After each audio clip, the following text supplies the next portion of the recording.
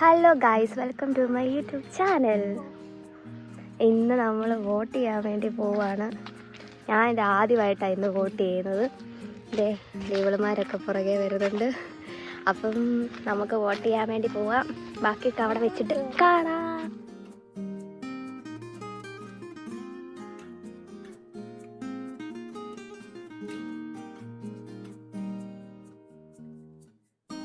Hello guys, നമ്മളിവിടെയാണ്, ഈ സ്കൂളിലാണ് ഇന്ന് വോട്ട് ചെയ്യുന്നത്.